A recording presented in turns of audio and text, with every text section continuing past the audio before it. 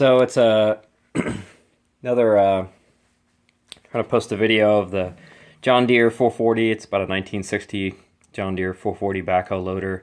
I have the wheel loader version as a crawler version.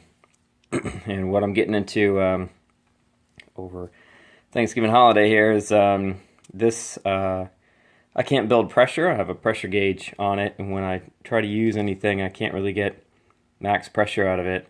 And so there's a system pressure relief valve here that goes on most of them. Sometimes they mount them by the pump, and sometimes they mount them pretty much anywhere in the system coming from the pump, but it's supposed to allow basically the pump, when it reaches that pressure, it lets it bypass the fluid and circulate through. So this is it. I knew it had problems originally, so I put it back together and spent some time trying to research and see if I could find one, and I could not find one.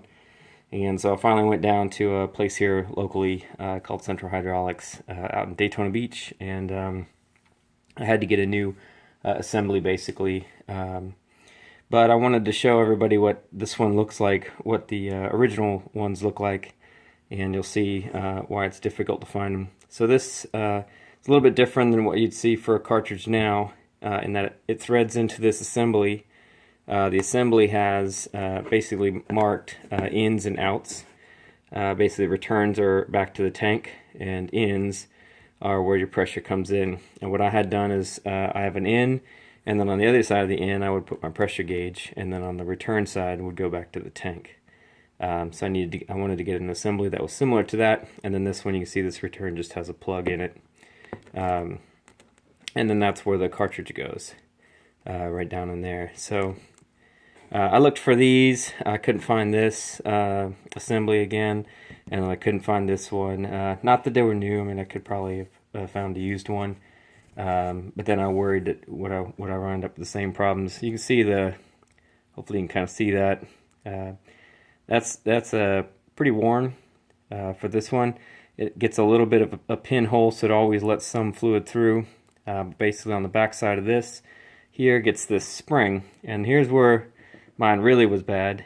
My spring was broken, so it wouldn't build up the pressure since the spring was only about 3/4 of it inside there.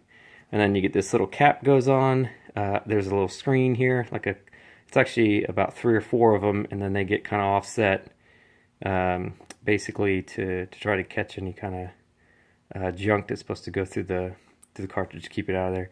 And then you get a washer, and then you get a snap ring. So that's what it was.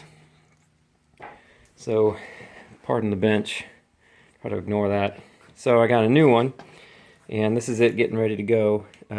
So it's basically an adjustable style, and they gave me the same kind of setup where I get a return that comes, raw metal, raw steel, basically like cast steel. So I primed it, and I'm gonna see if I can pick up some school bus yellow paint, see if I can paint it before I put it on, just so it doesn't rust, and so it kind of matches, not red sticking in there. But it should kind of give me the same setup I had before. It's basically got an in here, and then on the bottom side here, what's sitting in the vise is the return line. So that will be my return line, and that will be the pressure. And I'm going to show you where I mounted mine. So basically, this is the selector. This will be on, for me, since it's a wheel loader, I have the my control levers for the loader part. I had built this bracket, and I put a filter on it. There's a filter that normally comes, that goes inside the tank. So instead of putting it inside the tank, I'm on an external one, and I basically can just switch this guy out periodically. So, and then on the back side, this big line here is my line coming in from the pump. Comes up in, and then this is where I put my pressure regulator. One side of it goes to the selector switch here, and then that assembly is going to mount right in here. My pressure gauge sticks up basically right here, and then the return line runs right back down into the tank, which is basically this hose here.